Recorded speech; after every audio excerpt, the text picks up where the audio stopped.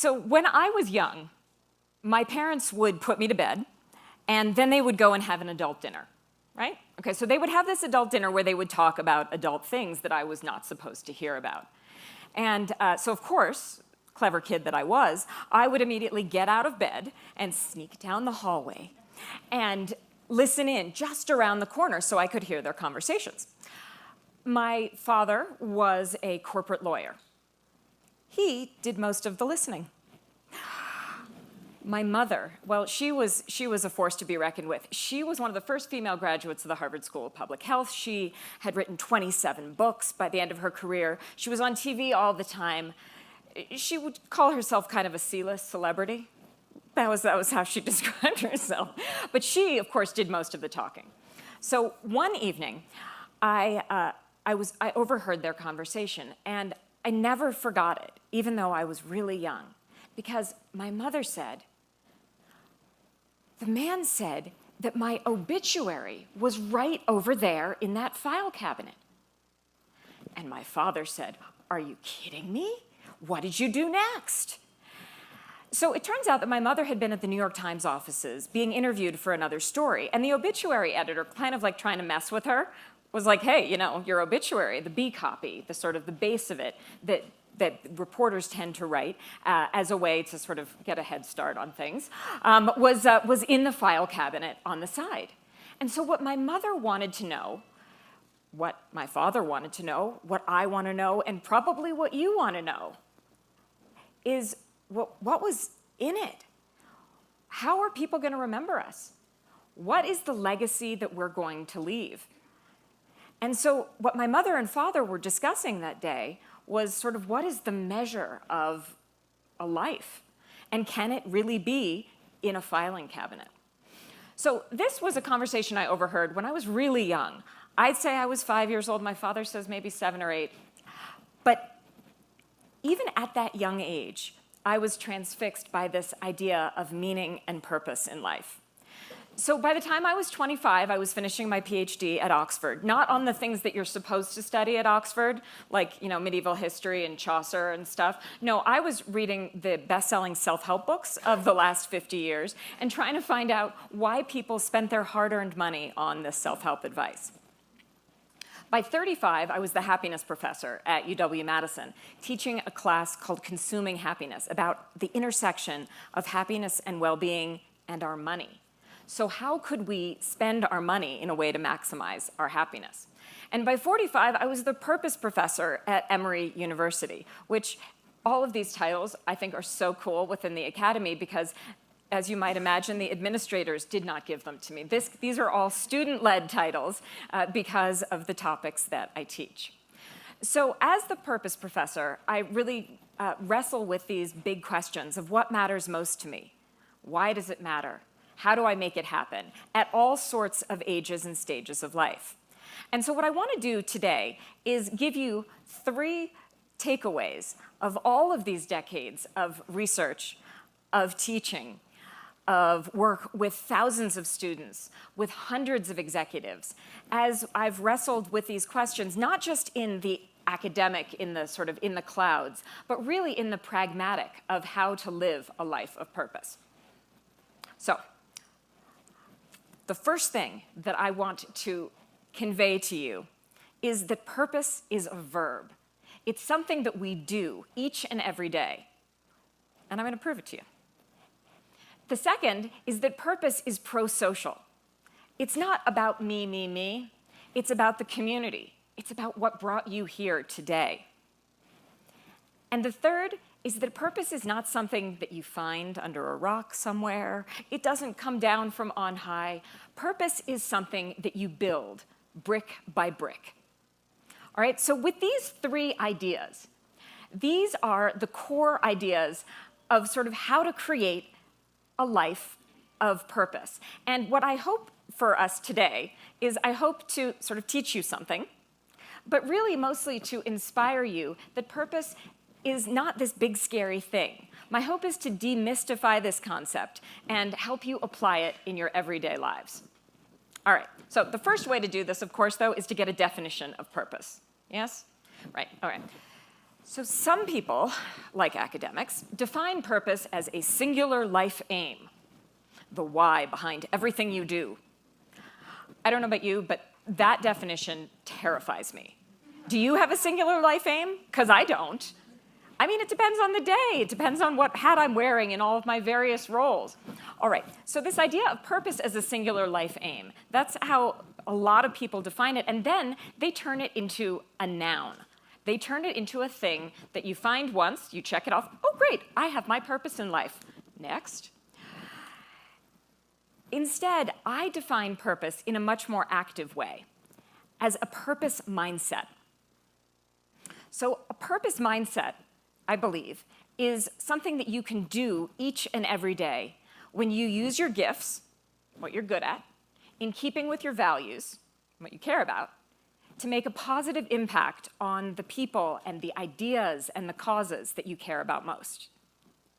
Now, for me, anyway, when I define purpose that way, it becomes a lot less scary and a lot less finite and a lot more a choose-your-own-adventure kind of, right? You can figure out what you want to bring to each and every day with this purpose mindset. It's a way to help you make decisions. Well, how am I using my gifts in keeping with my values to make a positive impact if I make this choice versus this one? But the other awesome part about this definition is that it really embraces the fact that purpose is a verb. It's something that you do. It's active. And by the way, purpose, no matter how you define it, really always is a verb. It's just that in our cultural lexicon, we tend to talk about it as a noun, as a static thing. And I don't know, that's a whole lot more scary and a whole lot less actionable. So the first thing to know in this is that purpose is a verb. It's something that you do. And honestly, when we have a sense of purpose, it really supercharges everything else that we do. Because purpose and goals are often things that get mixed up. Purpose is sort of the why that you're doing something. Goals are the how to make it happen. But most of us, when we start out thinking about what we're going to do in a day, we think about our goals, right? We think about our to-do list. Yeah? But without that larger why, it's really hard to get things off the ground. Purpose you can see as sort of like rocket fuel to make what you care about actually happen in the world. Now, research also backs this up.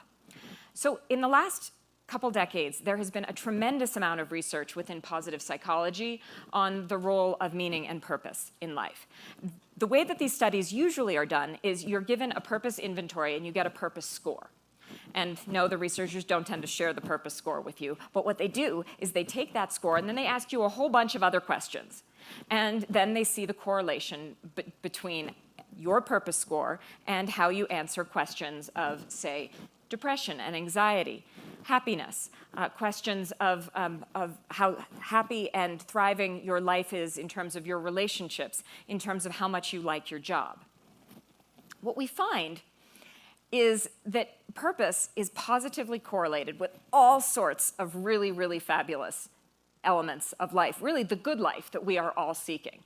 All right, so purpose tends to be correlated with better sleep, longer life, lower risk of heart attacks, higher incomes, and interestingly enough, having a sense of why. When I say that's the rocket fuel for your goal achievement, well, it also helps you achieve your goals in general. So there are studies on purpose and goals for college students. There are studies in purpose and goals and sense of meaning for folks in retirement and beyond. So all of these studies have been done to really show that a sense of purpose in life is good. This, of course, you know, right? You know this. Purpose is good. What most of those academic studies do not tell you, though, is, like, how do we get more of it?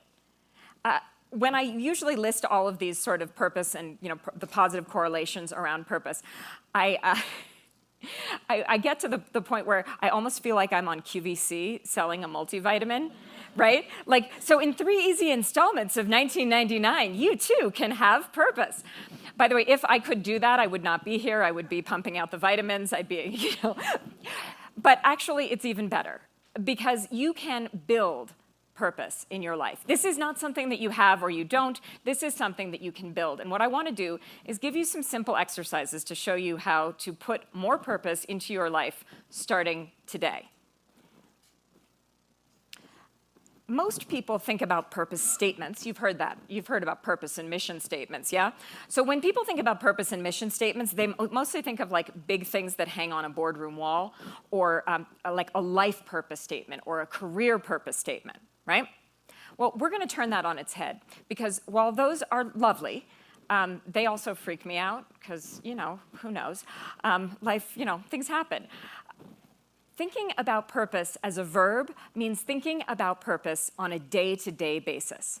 So what I'm going to encourage us to do today is a little exercise to think about purpose as a verb, purpose as a daily act, and a daily act starting today. So we are going to do your daily purpose statement. Now, a bunch of you are sitting here thinking, oh no, I did not realize. I thought I was just going to get to listen to a talk. I didn't realize she was going to make me actually do stuff. I know. So the thing is, I've got 5 kids. I teach college students. I'm all about making people do all sorts of interactive stuff. Okay, so at your seats, you have all sorts of fun things. All right, so what I would like you to do is there is an index card and a pen at your seat. That's what we're going to start with first, all right?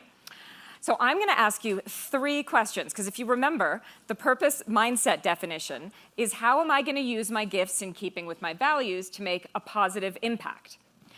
So I'm actually going to start with values, not with gifts, because values is always the hardest one. And so we're just going to do the hardest one right out of the gate. All right? So here we go.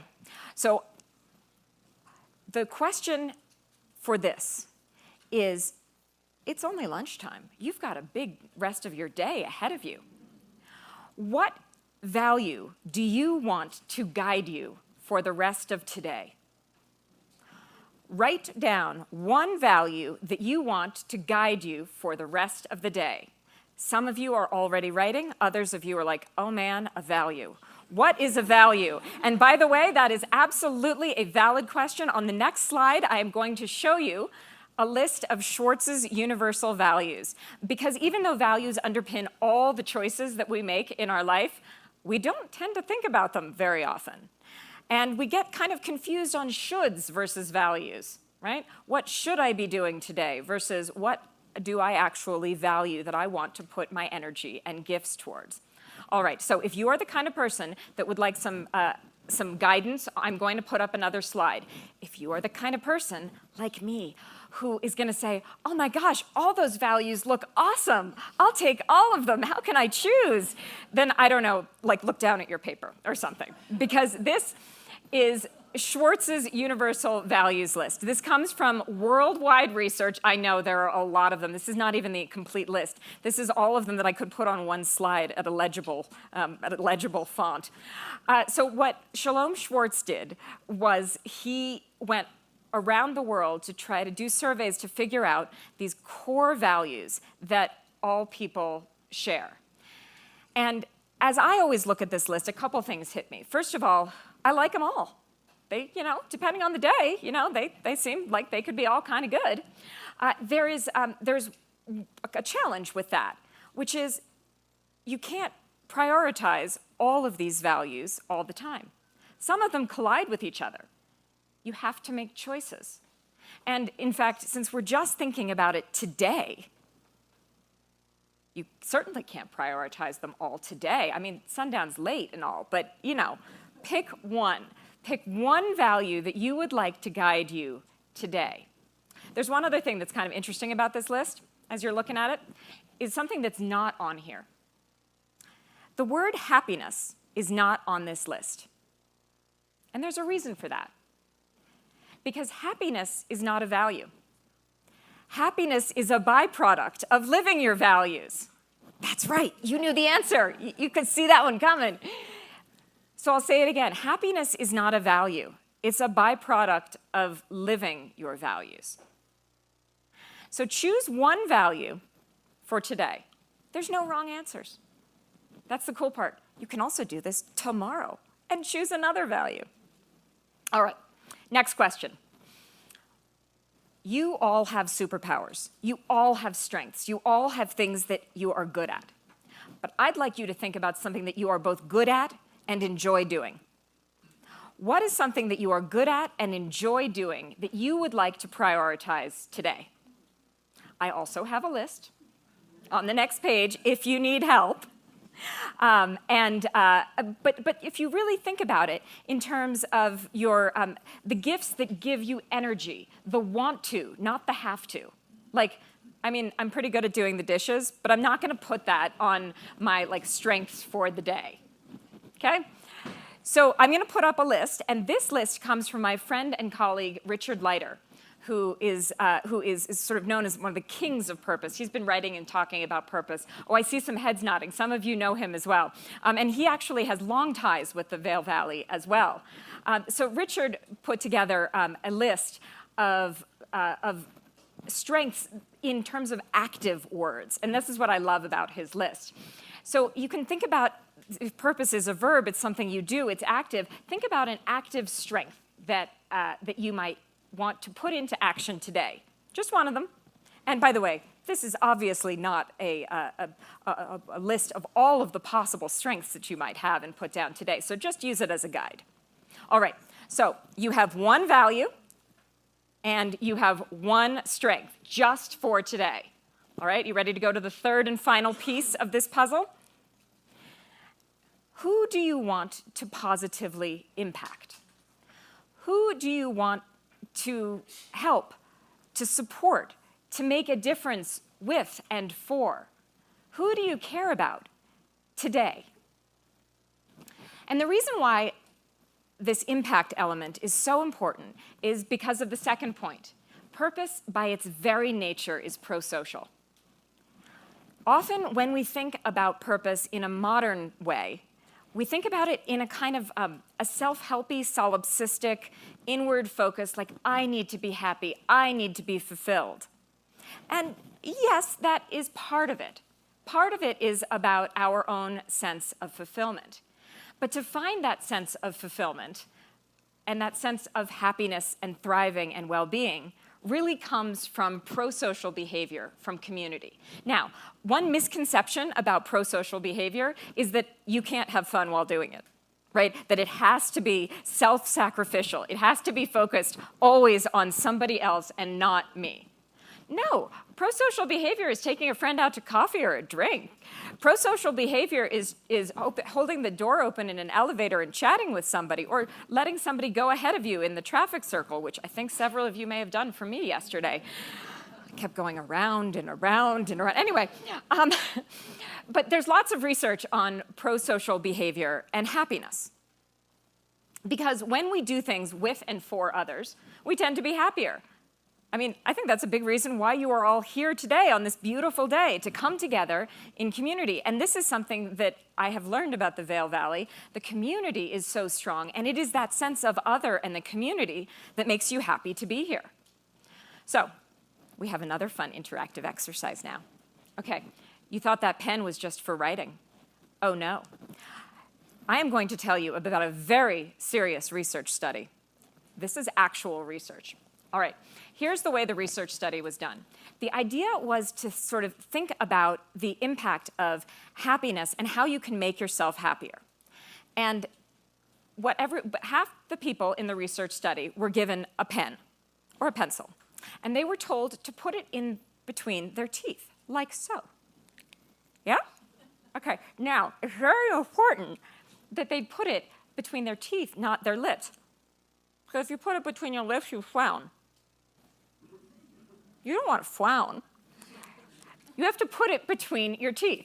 All right, so are you ready to play along? Oh, yeah, you are.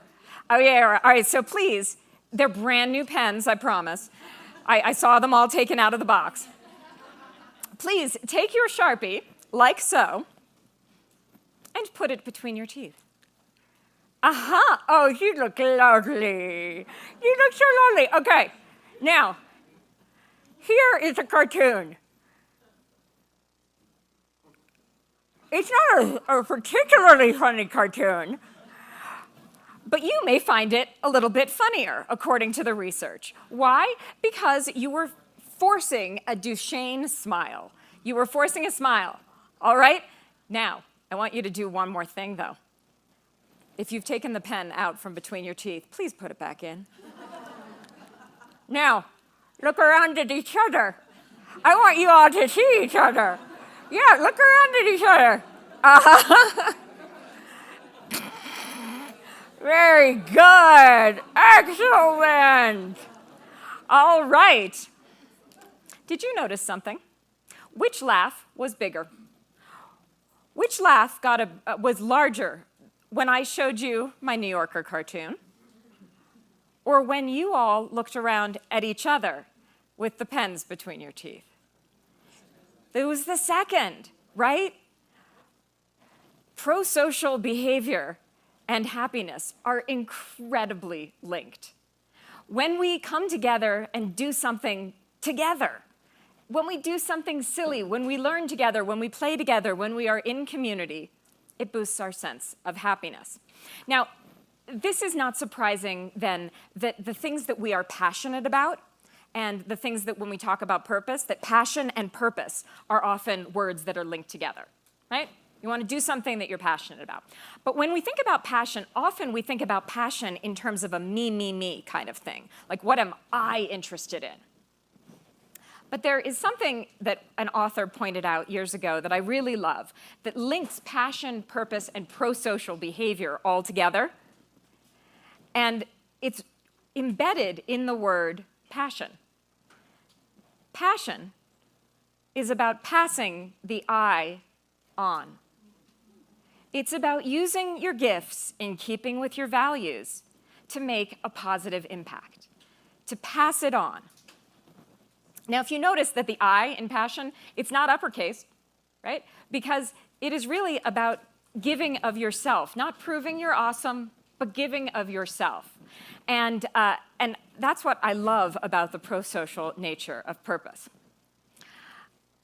It's also a great way, as we showed, to boost your sense of well-being. So again, when I talk about purpose being pro-social, it's not totally selfless. It's in fact the best kind of selfish altruism, where you also become happier along the way. There was a story, a sort of parable, about a teacher who wanted to teach this to her students. And this is what she did. She brought her students into the classroom, and she handed them all balloons and Sharpie markers like you have, right? And she said, okay, write your name on the balloon, and then we're going to go out into the hallway. So all the kids with their names on the balloons go out into the hallways. And she says, now throw your balloon down into the hallway. All the kids love throwing things, right? So they threw the balloon. They all got mixed up. And she said, now you have 30 seconds. Go find your balloon. Well, these kids are elbowing each other out of the way, trying to find their balloons. And at the end of 30 seconds, nobody has their balloon. The teacher says, okay, stop exactly where you are. Now, grab the balloon closest to you and see whose name is on it. So the kids do. He said, now, you have less than 30 seconds. Go. Return that balloon to the person whose name is on it. And in no time flat, all the kids had their balloons back. And the teacher said, you know, these balloons are just like happiness. When you're only trying to find your own, it's very difficult.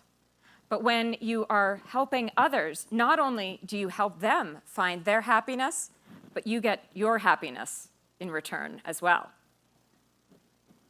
All right, you have your value, you have your gift, and hopefully you have a person, a group, an idea, a cause that you want to positively impact, right? So you have those three things. Good, because we are going to play Mad Libs.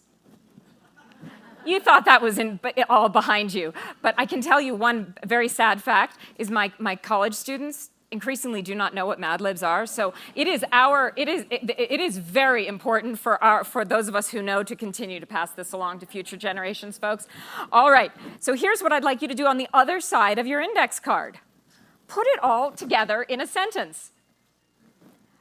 Because I value, and you put in your value, today I will use my gift to positively impact the lives of, or the community of, or the idea of, and then put in your impact group. because I value, today I will use my gift for, to positively impact, and you fill in the blanks. Now, I'm going to show you mine as you work on yours. For today, because I value relationships, today I'm going to use my gift for translating research into action to positively impact, hopefully, the lives of the Vail Valley community. Now, what's cool about this exercise is, yes, it is very simple, but it's deceptively simple. Because if 10 minutes ago I had said, I've left an index card on your chairs and I'd like you to write out your purpose statement for today, odds are it would still be blank. But by taking a daunting concept and breaking it into a small step here and there, you can really turn it into a pleasurable exploration of possibilities. And that's the whole point of this exercise. Now, when you have this statement, you should really congratulate yourselves because you have done something very powerful. This is the first step toward a more purposeful day. And as you can see, you don't necessarily even have to write it out every day. I kind of do this in my head as I'm getting ready in the morning to think about the gifts that I want to bring, the values that I want to guide me, who is the focus of my day. It's a very simple yet very powerful exercise. And yet, this is where most people would sort of wrap it up and say, okay, well, go forth and have a good life of purpose. Good luck to y'all. There's a problem. There are two problems, actually. The first is that all sorts of emotions come along for the ride when you start a little purpose exercise like this. Oh, I don't know, procrastination, perfectionism, imposter syndrome. I mean, you name it. I mean, you can list all sorts of them, right? All of these big feelings come up when we start talking about purpose. Now, the cool part is that if you can say, no, I am going to put purpose into action in a small daily step, you basically can, Pac-Man munch those up. It's not like those fears and anxieties are ever really going anywhere, but you can say, you know what? No, I'm going to take purposeful action today. Most of the time, though, when we think about purpose, we think about something far in advance.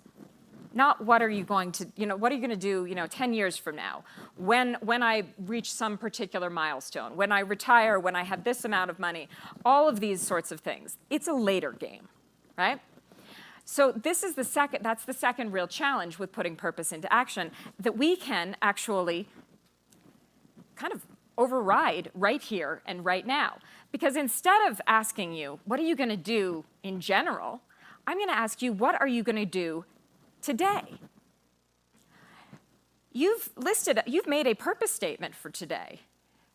But now I want you to think about what you are going to actually do to put it into action. This is where everyone squirms a little bit, right? Because thinking about things in the abstract is one thing, but thinking about things in terms of action is actually where the work and the empowerment really comes in. What are you going to do today to build that life of purpose? What purpose-based commitment or purpose-based possibility do you want to explore? All right, so as we think about this, I want to tell you another little parable. That's one of my favorite parables around purpose, because it's a very common one, especially in the job crafting and job search literature. And it is the parable of a traveler who comes across three men laying bricks. Any of you heard this one? So he asks the first man, what are you doing? The first man says, I'm putting one brick on top of the other. And that's totally true. Second guy says, I'm building a wall. That's also totally true. And then he says to the third guy, what are you doing? The third guy says, I'm building a cathedral. And that's true as well. And so the classic way that this parable is told is that we all should be the third guy, right? We all want to be the third guy. We all want to build the cathedral, see the bigger possibilities. And absolutely, that is true. But something in all of my years of studying purpose always nagged me, bugged me about this. And what bugged me was, how is a cathedral built? Brick by brick. And so much of the purpose literature focuses only on the end product, on the end result. But how can we give ourselves credit for the daily acts of purpose? To keep going and build that cathedral, we need to think about what we are doing on a daily basis and give ourselves some props for doing it. Because have any of you done any bricklaying? Yeah, guys, a couple people. Okay, then have any of you chased around a toddler for more than 3 hours? Yeah, okay, all right. Both of those acts are not glamorous. They're not easy, but they are purposeful. They are daily, purposeful things that we might do. And all too often in our lives, we go through our lives doing all this good stuff and not understanding that we are, in fact, building cathedrals of purpose. And when we don't understand that and we don't pull that front and center, we don't give ourselves the credit that we deserve for the good things that we are already doing. So this leads to our last little exercise here. At your chairs, all of you also have a brick. Okay, fine, it's a piece of wood, but it's much easier to write on this piece of wood than it is to write on a brick. Because what I'm going to ask you to do is to write a purpose-based action that you want to take today, this summer, this year, a shorter time horizon, not like in your whole life, but a purpose-based commitment that you want to make to build something. To build something within your families, to build something within the Vail community, to build something within your organizations and within the groups that you care about. Because there are lots of things that we can do, but focusing only on the cathedral, doesn't give ourselves credit for the things that we can do today. And one way to look at this is, oh, you can't actually accomplish much in a day. The other way the more, I think, emotionally powerful way is look what you can do in a day. And look what you do each day. Now, as you're thinking about this, and I do hope you will write on your bricks. Pretty please. Because there's payoff for writing on the bricks, okay? So as you're thinking about the purpose action that you want to write on your bricks, I want to tell you another sort of funny story, which you can half pay attention to while you're thinking about your brick, or you can listen to my funny story.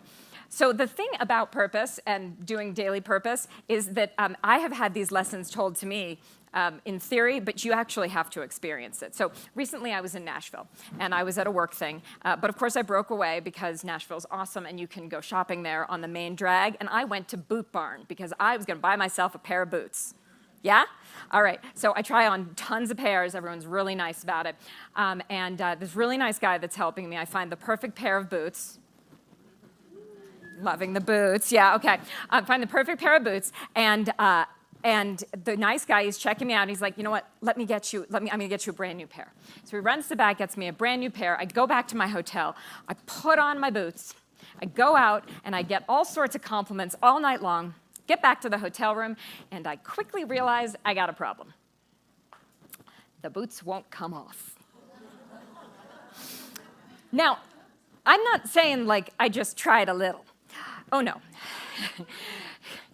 I was in my room for 30 minutes. I tried the door jam method.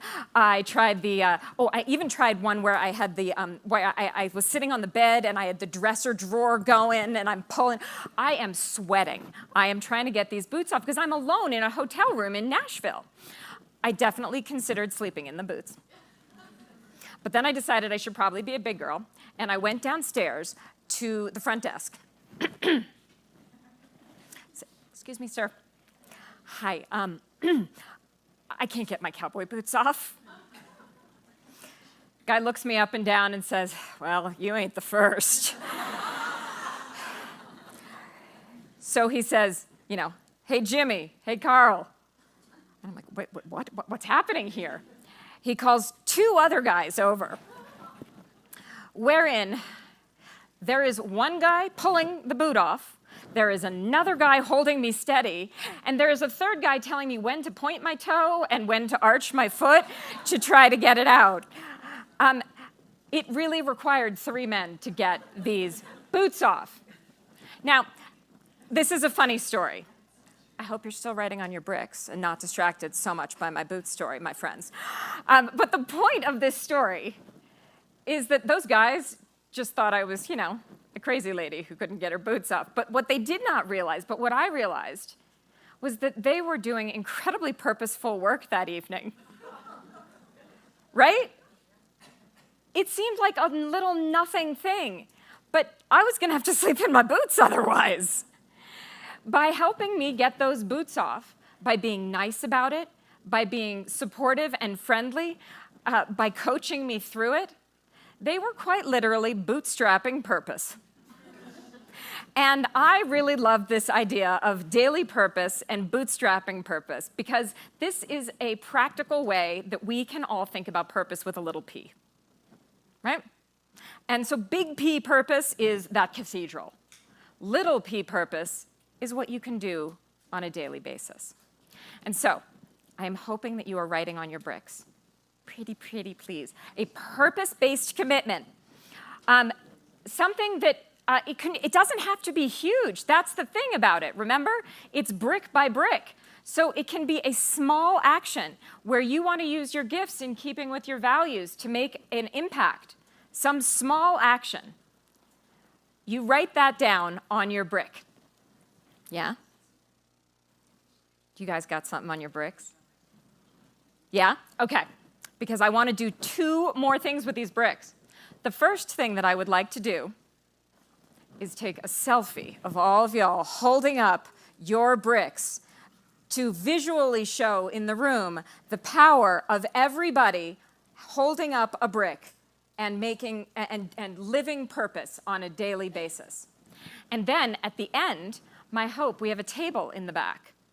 And I thought if you guys brought your bricks to the back table there, you could quite literally build your own cathedral of purpose in the Vail Valley with these purpose-based commitments. See what I'm doing there? Yeah? Yeah? Okay. All right. Are we ready? Are we ready? Oh, wait, here, I even have a little slide for this. Are you guys excited? I'm so excited. I've never done this before. Okay, this is so great. All right, okay. I'm going to turn this around. All right, here we go. 3, 2, 1, purpose. Awesome. Yay, thank you. Oh, how fun. Okay, that was super fun for me. I hope that was fun for you, but it was super fun for me. All right, so I'm going to wrap up here, because I know that there are many more exciting things, and you have lunch and food to be had. So purpose is a verb. It's something that you can do every day when you use your gifts in keeping with your values. Purpose is pro-social. It's about making a positive impact on the people and the ideas that you care about most. And purpose is something that we can build brick by brick, that you are already building brick by brick in this amazing community. So I began with my mom, and so I should really finish the story, right? So my mom, when my mom passed away, she in fact did get her New York Times obit. It was a half page above the fold. It was very exciting. My father says that my mom had many copies printed out and taped one to her dorm room in heaven so all the other angels could know that she was kind of a big deal. But for me, the real sort of importance of that was that it began me thinking from a really young age about what is a life of meaning? What is a life of significance? And when I was younger, I really thought that that was going to be in an obituary, right? That was going to be the thing, all of the accomplishments and things in an obituary. And yes, it is incredibly important to leave a legacy. But what I have come to learn is that really it's about living our legacy as well.